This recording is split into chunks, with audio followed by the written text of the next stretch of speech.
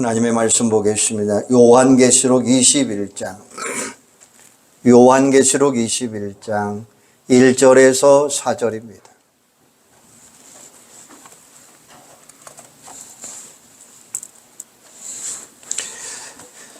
요한계시록 21장 1절에서 4절 말씀 한번 같이 한번 읽을까요?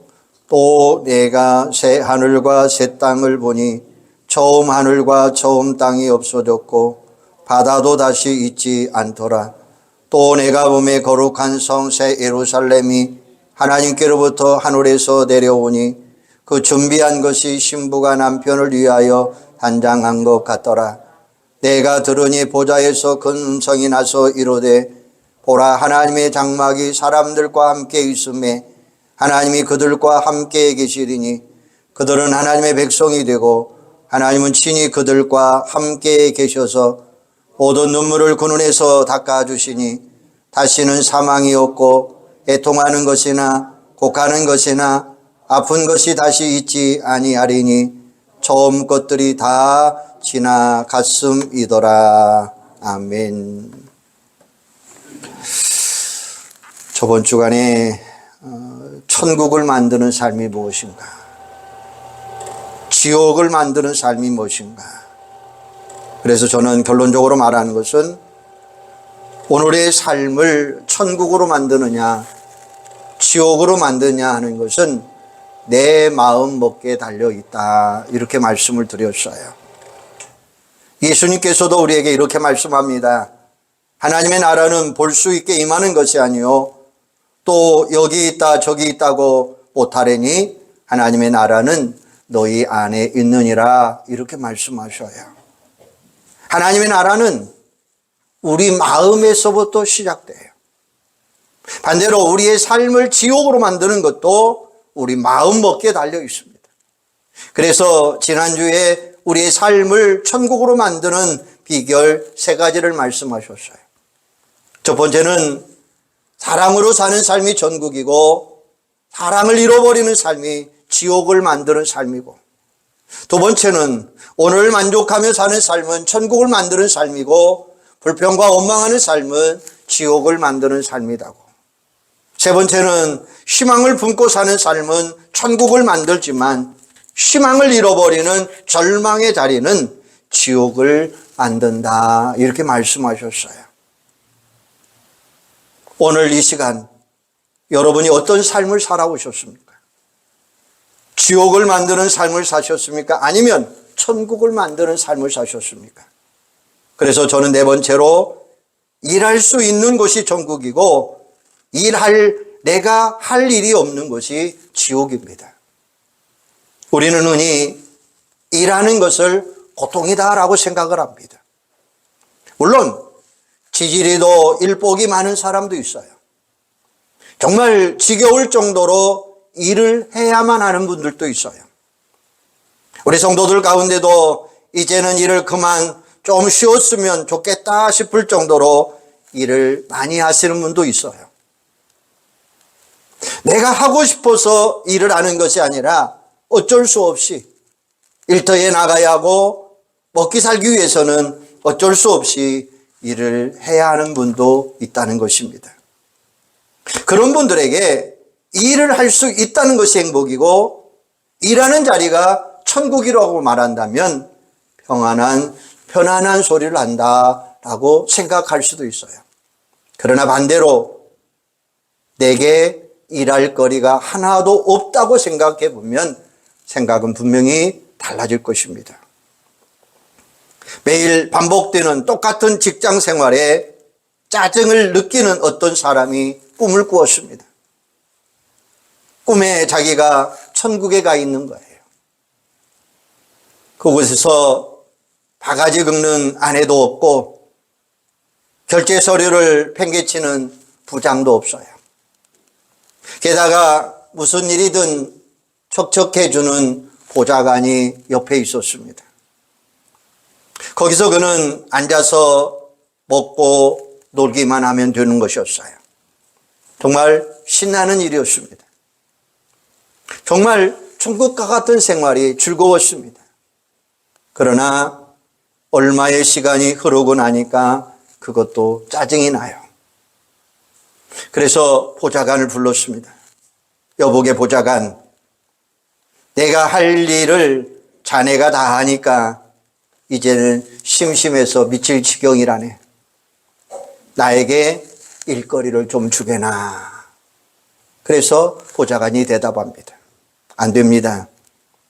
여기서는 선생님이 원하는 것은 무엇이든지 다 드리지만 일하는 것만은 금지되어 있습니다. 아니, 무슨 천국이 이래 답답해서 살 수 있나? 차라리 지옥이 낫겠다. 그러자 보좌관이 깜짝 놀라며 이렇게 말합니다. 선생님, 지금 뭔가 착각하신 모양인데 여긴 천국이 아니라 지옥입니다 라고 말하더라는 거예요. 때로는 내가 하는 일이 힘들고 지친 삶 때문에 모든 일을 훌훌 털어버리고 어딘가는 떠나고 싶은 마음이 들 때도 있습니다. 일에 치여 죽겠다는 한탄하는 소리가 나도 모르게 입 밖으로 나올 수도 있습니다. 그러나 일할 수 있는 나이에 일자리를 잃은 사람들을 생각해 보면 일할 수 있다는 것이 얼마나 큰 행복인지 몰라요. 일하고 싶어도 일자리가 없어서 일을 할 수 없는 사람도 있습니다. 일을 하려고 달려들었다가 내 재주나 내 능력 가지고는 그 일을 할 수가 없어서 쫓겨나는 사람도 많이 있습니다. 한참 일해야 할 나이인데도 건강을 잃어버리고 병원에서 침대에서 하루 종일 고통이나 오류함과 싸워야 하는 그런 분들도 많이 있습니다. 그런 분들의 비추어 본다면 힘들고 고통스러워도 일할 수 있다고 하는 이야기는 얼마나 큰 행복인지 몰라요. 우리도 건강을 잃어버린다면 지금처럼 일할 수 있겠습니까? 아무도 나에게 일을 맡겨주지 않는다면 무슨 수로 일하겠습니까? 그러게 우리는 지금 일할 수 있다는 것을 행복으로 알아야 돼요. 그리고 일할 수 있다는 것이 행복이라고 생각한다면 바로 그 자리가 천국이 되는 줄로 믿습니다. 예수님께서 식사하실 때 바로 우리에게 말씀하셨잖아요. 예수님은 단 한 번도 당신이 그렇게 많은 일을 하셔야 한다는 것에 대해서 짜증내고 불평한 적은 없어요. 오히려 내 아버지께서 이제까지 일하시니 나도 일한다라고 요한복음 5장 17절에 말씀하고 있어요. 아버지께서 지금도 일하고 계신 것처럼 당신도 하실 일이 있어 일할 수 있다는 것을 행복하시며 살아가셨다라고 말씀해요. 우리가 일하는 것이 하나님의 뜻이다 하는 사실이에요. 출애굽기 20장 7절에서 11절에 보면 십계명 가운데 네 번째 계명, 안식일에 일하지 않고 거룩하게 지키라 말씀하고 있어요. 그러면서 이렇게 말씀하셔요. 엿새 동안은 심서 내 모든 일을 행할 것이라. 안식일을 제외한 나머지 6일 동안 일하지 않는 사람은 안식할 자격이 없다라고 말씀하셔요. 여러분, 때로는 우리가 해야 할 일이 힘겹다 하더라도 일할 수 있다는 것에서 행복을 발견하시기를 바랍니다. 힘들고 쉬고 싶을 때도 하나님께서 일할 수 있도록 건강 주셨음을 생각하며 거기에서 감사를 찾아내시기를 바랍니다. 일하는 자리에서 행복을 찾는 바로 그 자리가 천국을 만들어가는 거예요. 아담과 하와가 범죄한 이후 우리 인간은 땀을 흘리면서 일해야 돼요. 땀을 흘리며 일한다고 하는 이야기는 쉼에 붙이도록 일을 해야 된다라는 의미예요. 힘들지 않고 일하는 것, 버겁다는 생각이 들지 않게 편안하게 일하는 것, 그건 일하는 것이 아니에요. 쉼에 붙이고 버겁더라도 그런 우리의 이마에 땀방울이 식어질 날이 없다 하더라도 그것으로 행복을 삼는다면 우리는 우리의 삶을 천국으로 만들어 갈 수 있다는 사실이에요. 일하면서 행복을 느끼고 바로 그 삶의 자리에서 천국을 만들어가는 축복이 있기를 주님의 이름으로 축원합니다. 다섯 번째는 기쁨과 웃음이 있는 곳에 천국이고 기쁨과 웃음을 잃어버리는 곳이 지옥이에요. 우리 가운데 어느 누구도 기쁘게 살고 싶지 않은 분 없을 것입니다. 얼굴에 짜증내며 살고 싶은 분도 없을 거예요. 다만 환하게 웃음으로 기쁘게 살아가고 싶어요. 그런데 우리의 삶은 우리 얼굴에 웃음을 담아두지 못하게 만들어요. 어느 날 기쁘고 행복하게 살다가도 금전적인 문제가 얼굴에서 웃음을 빼앗아가 버립니다.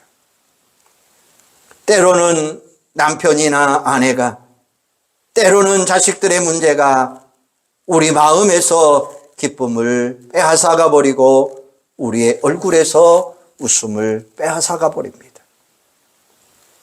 원치 않는 어떤 불의한 사고가 우리 삶에서 기쁨과 행복을 빼앗아가 버립니다. 그러기에 우리는 그런 것으로 기쁨을 삼아서는 안 돼요. 그런 것으로 기쁨을 삼으면 우리는 천국을 만드는 삶을 살아갈 수가 없는 거예요. 사업을 통해서 기쁨을 얻고 천국을 누리기를 원하는 사업은 사업이 잘 될 때는 기뻐할 수 있지만 사업이 어려워지고 부도나게 되면 그때부터 지옥이 되고 마는 거예요. 자식을 통해서 기쁨을 얻으려고 하는 사람은 자식들이 공부 잘하고 잘 풀려갈 때는 천국과 같은 기쁨이 있을지 몰라도 1등 하던 성적이 2등, 3등 떨어지면 기쁨을 잃어버리는 지옥과 같은 참담함을 느끼게 될 것입니다. 돈이 많으면 천국 같은 생활을 할 수 있을 거라고 생각하는 사람은 돈에 여유가 있다면 천국처럼 살아갈 수 있지만 돈이 어디 언제나 우리 곁에 붙어 있느냐는 거예요. 돈이 우리를 떠나버릴 때 세상을 다 잃어버린 것처럼 절망하고 자신의 삶을 지옥이라고 여기게 될 것입니다. 그러기에 우리는 세상적인 것에서 기쁨을 얻어서는 안 된다라는 말씀이죠. 참된 기쁨은 하나님 안에서 있다는 사실이에요. 우리가 언제 기쁘게 살아갈 수 있을까요? 그 기쁨은 하나님 안에 머물러 있을 때라는 거예요. 하나님 안에 있으면 아무리 사업이 망해도 기쁨만을 잃지 않을 것입니다. 아무리 자식들이 말썽을 부려도 마음 한 구석에서 솟아나는 기쁨으로 그는 웃을 수 있을 거예요. 하나님의 은혜 안에 있으면 아무리 가난해도 행복할 수 있어요. 왜 그럴까요? 하나님께서 우리에게 주신 기쁨은 세상의 그 무엇과도 바꿀 수 없고 세상이 그 무엇과도 빼앗아 갈 수 없기 때문에 라는 사실이에요. 우리 예수님이 말씀합니다. 지금 너희가 근심하나 내가 다시 너희를 보리니 너희 마음이 기쁠 것이요 너희 기쁨을 빼앗을 자가 없느니라 라고 말씀하셨어요. 우리 주님께서 주신 기쁨은 세상 그 어떤 환경이 빼앗아갈 수 없다는 사실입니다. 초대교회 성도들은 온갖 핍박과 박해 속에서도 그들은 기쁨을 잃어버리지 않았어요. 사도행전 13장에 보면 복음을 전하다가 핍박을 받고 쫓겨났어요. 그러나 그들은 언제나 성령 충만한 삶을 살았어요. 제자들은 기쁨과 성령이 충만하니라 내가 우리의 모든 환난 가운데서도 위로가 가득하고 기쁨이 넘치도다라고 사도 바울은 말씀했어요. 왜 그렇게 그들은 기뻐했을까요? 그들이 우리보다 편안한 삶을 살았기 때문에 아니라는 말씀이죠. 그들은 박해였습니다. 도망자처럼 살아야 했습니다. 그러나 그들의 삶의 여건이 우리보다 나은 건 아니었어요.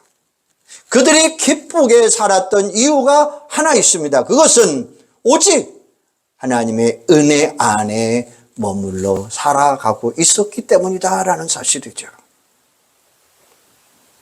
신약 성서 언어인 헬라어로 기쁨이라고 하는 단어는 카라라라는 말이에요. 은혜라고 하는 단어는 카리스다라는 단어예요. 기쁨이란 말, 카라와 은혜라는 말, 카리스라는 것은 같은 뜻을 가지고 있어요. 언제 기뻐할 수 있는가? 바로 은혜 안에 있을 때 기뻐할 수 있다라는 말씀이에요. 여러분, 예수 믿는다는 것이 여러분에게 기쁨이 되십니까? 비록 가난하다 하더라도 예수 믿는다는 것을 생각하면 우리 마음속에서 알 수 없는 기쁨이 솟아나야 될 줄로 믿습니다. 경제적으로 어려운 시대 장사도 잘 안 되고 앞날이 까마득하게 보일지라도 언제나 나와 함께 하시는 예수님이 계신다는 것 때문에 얼굴에 웃음꽃이 머물러야 될 줄로 믿습니다. 아무리 주위를 돌아봐도 기쁜 일이 하나도 없다 할지라도 내 안에 예수님이 계시기 때문에 가슴이 벅찬 기쁨이 일어나야 될 줄로 믿습니다. 오늘 말씀을 보면 천국에는 슬픔이 없다 이렇게 말씀했어요. 하나님께서 우리를 위해서 예비해 놓으신 새하늘과 새 땅에는 눈물이 없다고 했어요. 사망이 없고 애통하는 것이나 곡하는 것이나 아픔이 없다고 말씀하셨어요. 하나님께서 우리의 눈에서 눈물을 씻어주신다라고 말씀하셨어요. 하나님은 새하늘과 새 땅에서만 우리의 눈에서 눈물을 씻어주시겠습니까? 천국을 바라보는 우리의 모든 삶에서 하나님은 눈물을 씻어주시겠다라고 말씀하셔요. 여러분, 비록 우리의 삶이 힘들고 어렵다 하더라도 하나님께서 은혜를 통해서 주시는 기쁨으로 인해 얼굴에 환한 웃음을 머금고 살아가시기를 바랍니다. 여러분의 가슴 속에 기쁨이 있고 얼굴에는 웃음꽃이 활짝 펴여 있는 아름다운 천국의 삶을 사는 여러분들이 되기를 주님의 이름으로 축원합니다. 여섯 번째로, 감사가 넘치는 자리는 천국이요 감사가 잃어버리는 자는 지옥입니다. 감사는 기쁨과 같이 환경을 바라보면서 오는 게 아니에요. 감사 역시 우리 마음에서부터 시작됩니다. 하나님은 우리에게 말씀합니다. 범사에 감사하라. 이는 그리스도 예수 안에서 너희를 향하신 하나님의 뜻이니라라고 말씀하셔요. 그런데 어떻습니까? 우리는 범사에 감사하고 있습니까? 범사에 감사하는 것이 하나님의 뜻이라고 말씀하셨는데 우리는 과연 범사에 감사하고 있느냐라는 것입니다. 왜 우리가 감사를 잃어버리고 살아갑니까? 그것은 작은 것을 잃어버리고 살기 때문이에요. 보이지 않을 것만, 보이지 않을 것 같은 작은 은혜에 감사하고 감격하고 살아갈 때에 우리는 천국을 만드는 삶을 살아갈 수 있다는 거예요. 제가 새벽마다 늘 드리는 기도가 하나 있어요. 주님, 오늘도 우리에게 새로운 생명 주셔서 감사합니다. 오늘 복되게 해주세요. 하루 복되게 해주세요. 행복하게 해주세요. 라고 하는 기도를 자주 드려요. 환경적으로 어떤 좋은 일들이 많아지지는 않지만 그래도 귀한 생명의 은혜를 누리고 있고 아직도 하나님께로부터 연장받은 생명이 있음을 위안받고 감사할 수 있는 거예요. 여러분, 오늘 또 생명 주신 하나님께 감사하며 그 은혜를 찬양하시기를 바랍니다. 어떤 좋은 일은 없다 하더라도 생명 주신 그 자체만으로도 감사하고 찬양할 수 있다면 이건 아름다운 감사예요. 감사는 우리의 삶을 천국으로 만들어줍니다. 감사가 충만한 삶은 천국을 만드는 삶이에요. 반면에 감사를 잃어버리고 사는 삶은 지옥을 만들어가는 거예요. 왜냐하면 지옥에는 감사가 없기 때문이에요. 시편 6편 5절에서 이렇게 노래합니다.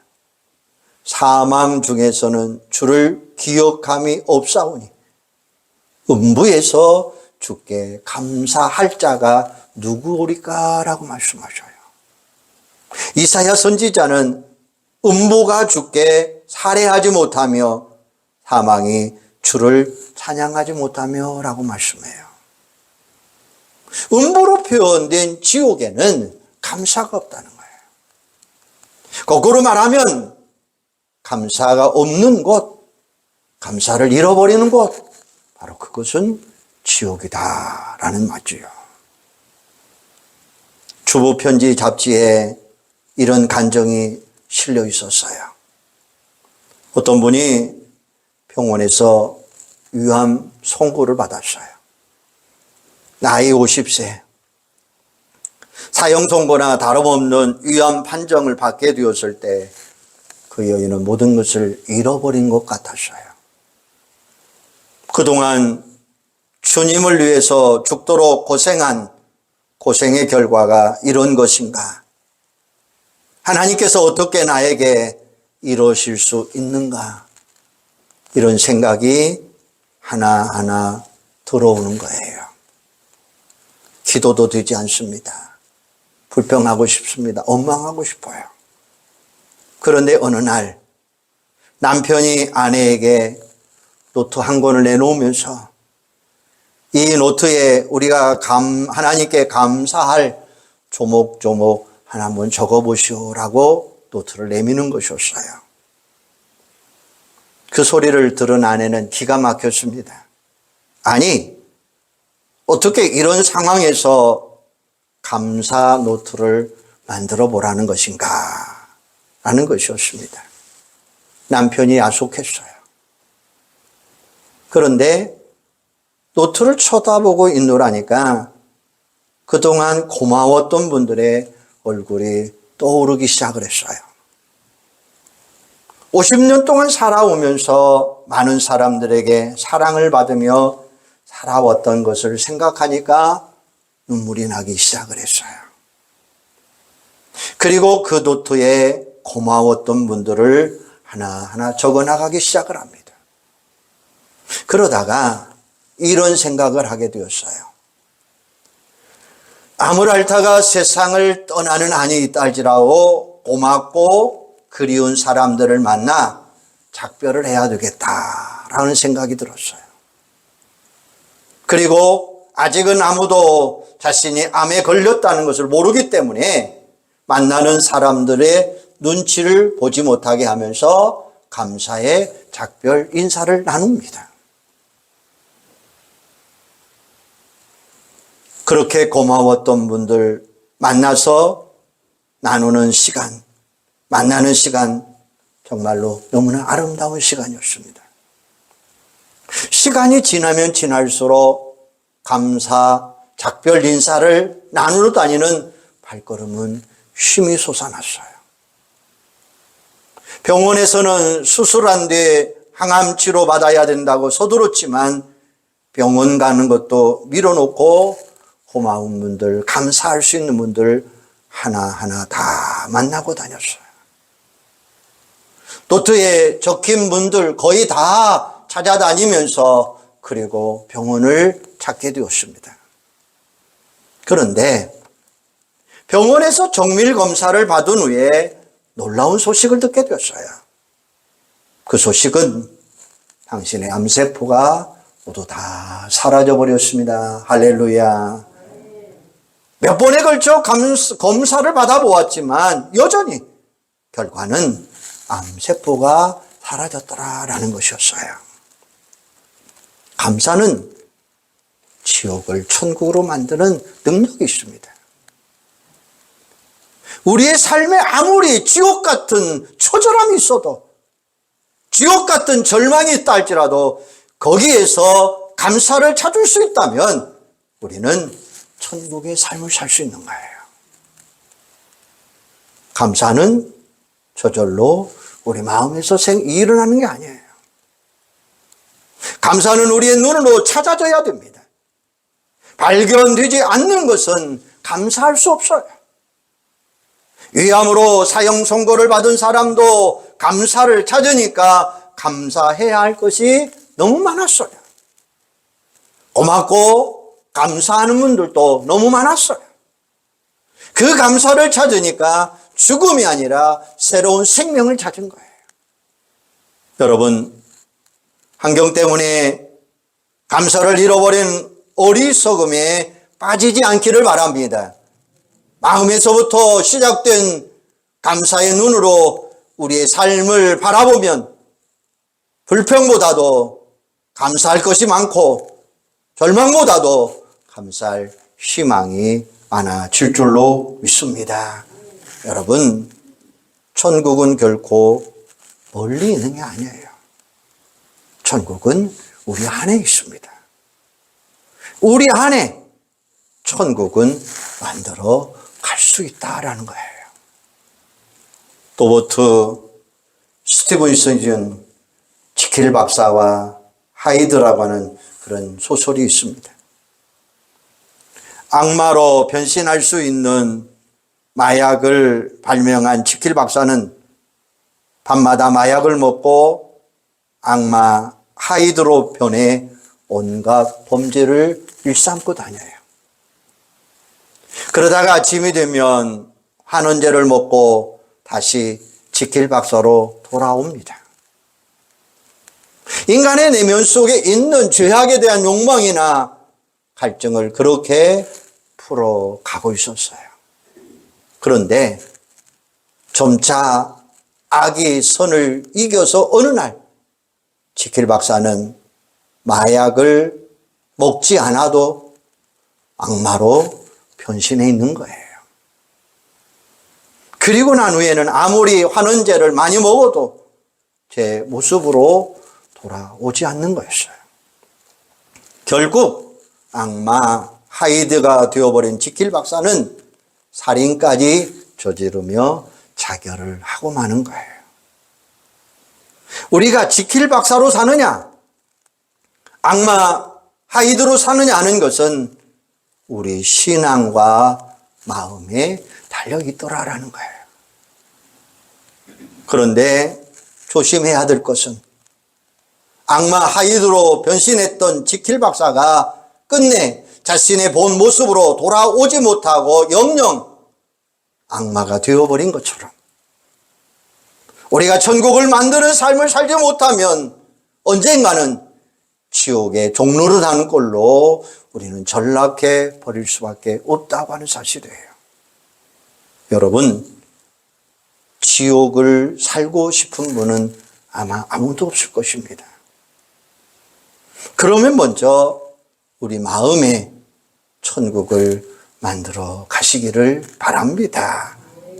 우리 마음속에 이루어진 천국은 우리의 삶을 천국으로 인도해 주실 줄로 믿습니다. 우리가 부르는 찬송, 높은 산이 거친 들이 조막이나 궁궐이나 내 주 예수 모신 곳이 그 어디나 하늘나라. 할렐루야 찬양하세. 내 모든 죄 사함받고 주 예수와 동행하니 그 어디나 하늘나라. 우리 한번 이것을 생각하면서 우리 한번 찬양해 볼까요? 높은 산이 거친 들이 조막이나 궁궐이나 내 주 예수 오신 곳이 그 어디나 하늘나라. 할렐루야 찬양하세. 내 모든 죄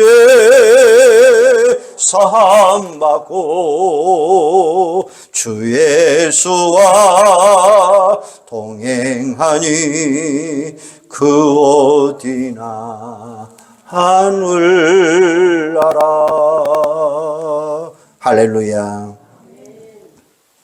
우리 주님을 우리 마음속에 모시고 주님이 이루시는 천국을 우리 안에 만들어 가시고 우리 모든 삶이 천국으로 변하는 그런 축복된 삶을 꼭 살아가시기를 바랍니다. 그래서 우리의 삶이 천국이 되어야 돼요. 우리의 삶의 현장이 천국이 되어야 될 줄로 믿습니다. 이 험한 세상 우리 온 성도들이 아름답게 천국을 만들어 가기를 주님의 이름으로 축원합니다. 기도하겠습니다. 하나님, 은혜와 사랑을 감사합니다. 우리 마음에 천국을 만들어 가게 하여 주시옵소서. 우리 마음속에 이루어지는 천국, 우리의 삶을 천국으로 인도해 주시옵소서. 우리가 찬양했던 것은 내 모든 죄 사함받고 주 예수와 동행하니 그 어디나 하늘나라. 우리는 언제나 주님 모시고 주님이 이루시는 천국을 만들고 우리 모든 식구들이 아름다운 천국을 만들어가는 변화되는 축복된 삶을 살게 하여 주시옵소서. 예수님의 이름으로 기도하옵나이다. 아멘.